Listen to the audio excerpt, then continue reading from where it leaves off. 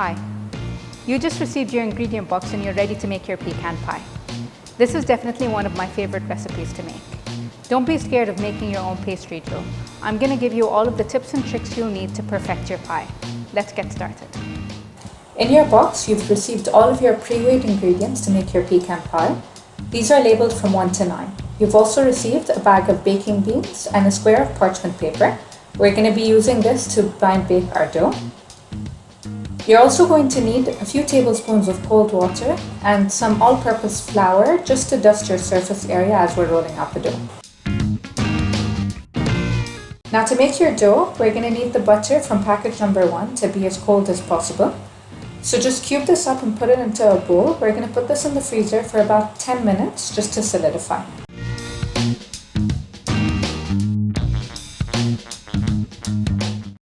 Empty out the contents of number 2 in a large bowl and you want to add in your cold butter.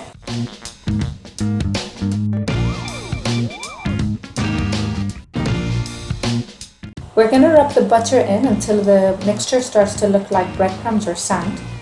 I'm using my hands. You could use a food processor if you prefer. Now you want to make sure that your butter is combined. You don't want any pieces of butter larger than the size of a chickpea.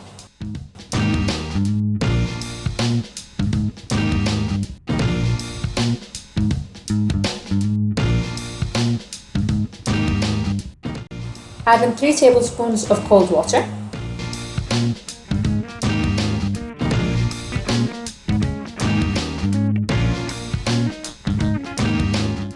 I'm just using my hands to mix this together.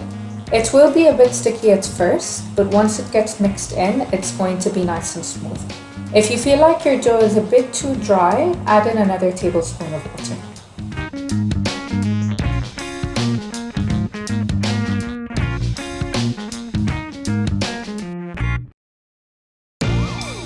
Now I'm just lightly pressing on the dough, making sure I'm picking up any dry bits of flour in the bowl. You don't really want to knead this like bread. Once it's smooth, you can just pick it up, wrap it in some plastic. I'm going to be putting this in the fridge for about half an hour for the dough to rest and for the butter to solidify.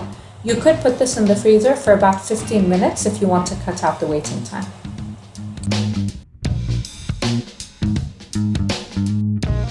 I'm going to be making my pie in this tart tin. It's a 9-inch tin with a removable base. You could use something similar to this, or you could use a traditional pie dish.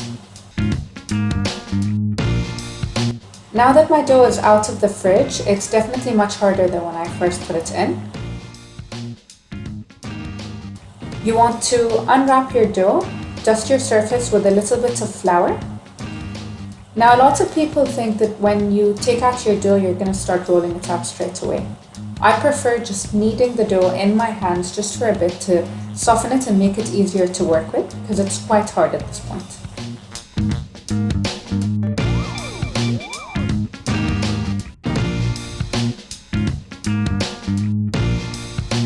So I'm going to start by just pressing down the dough to shape it into a disc. This will make it easier for me to roll out a circle. Make sure that you're dusting your dough from both sides with some flour to make sure it doesn't stick. And just keep pressing it down, shaping it into a disc before you start rolling it out with your rolling pin.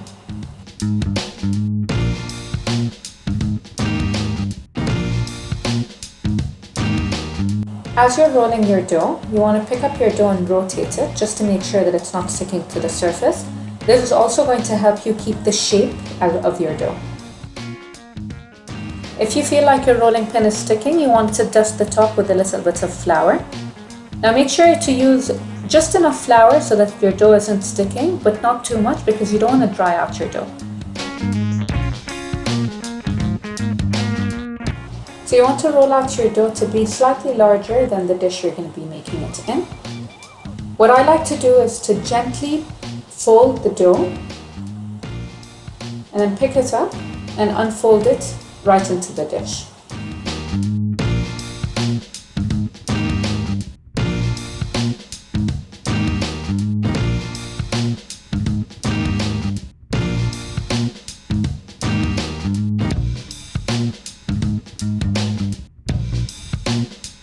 Now lift the edges slightly and just push down those corners just to make sure that your tin is lined with your dough. Don't worry too much at this point about any cracked edges or gaps. We're going to do some patchwork.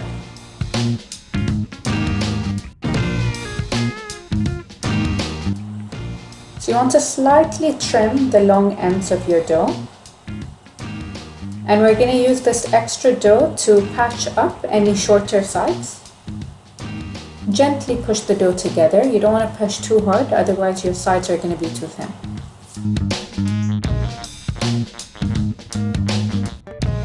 Continue doing this to all of the sides until you're happy.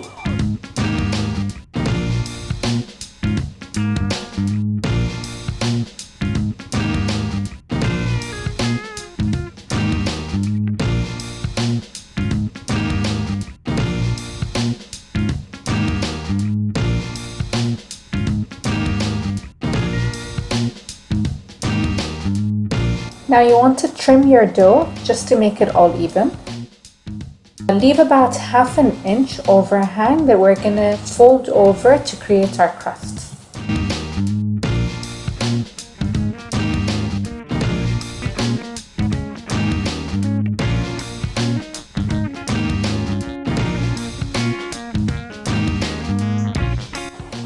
This step is optional. I'm crimping the edge of my pie. You can do this by placing one finger behind the dough and then pinching the dough together with your other hand.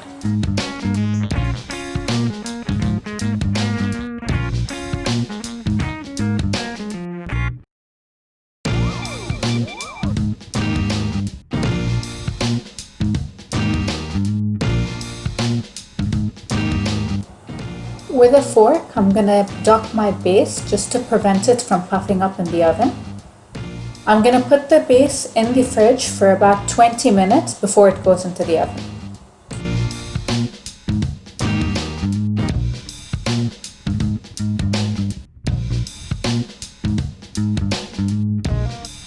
Scrunch up your piece of parchment just so that it's easier to put into your base. And you want to fill that in with your baking beans.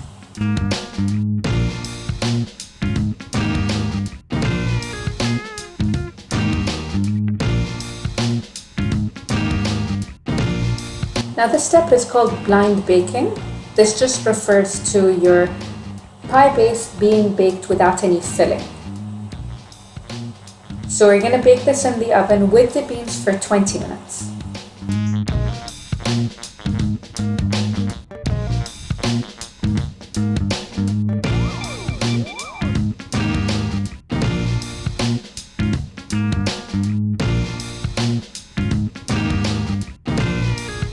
Now after the 20 minutes, you're just going to take out the parchment and the baking beans and you're going to put the base back into the oven for about 10 minutes just to finish baking.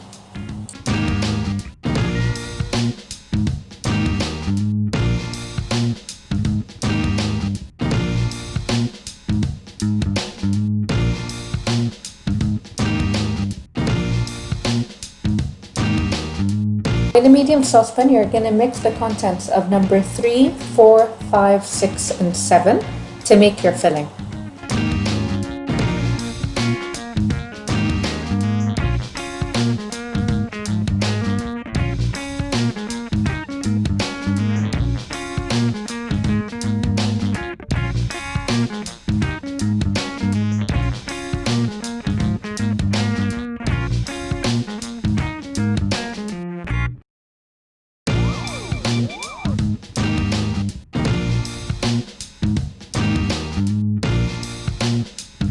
You want to cook your filling on a medium-low heat, stirring until everything is melted.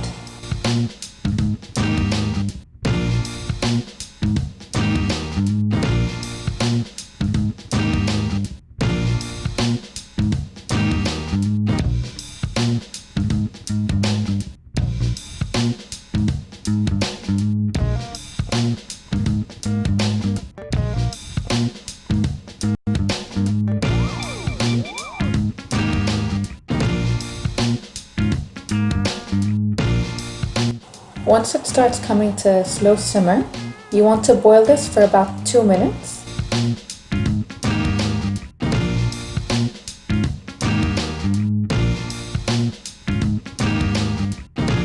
and then just take it off the heat and leave it to cool slightly.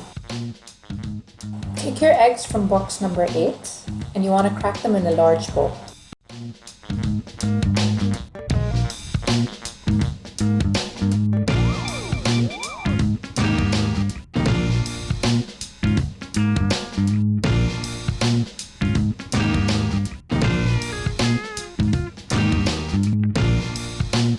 Add in about half of your cooled filling. Make sure it's not too hot at this point, otherwise you might scramble your eggs. Mix in the eggs and the filling together and then add in the remaining half.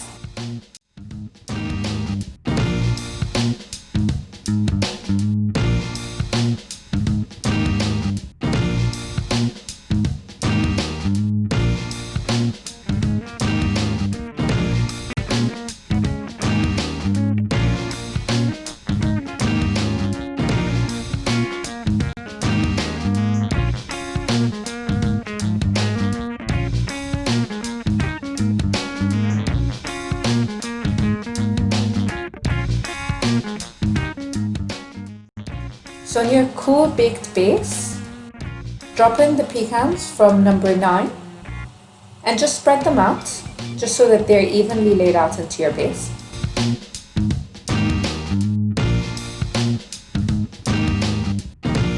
And then slowly pour your filling on top.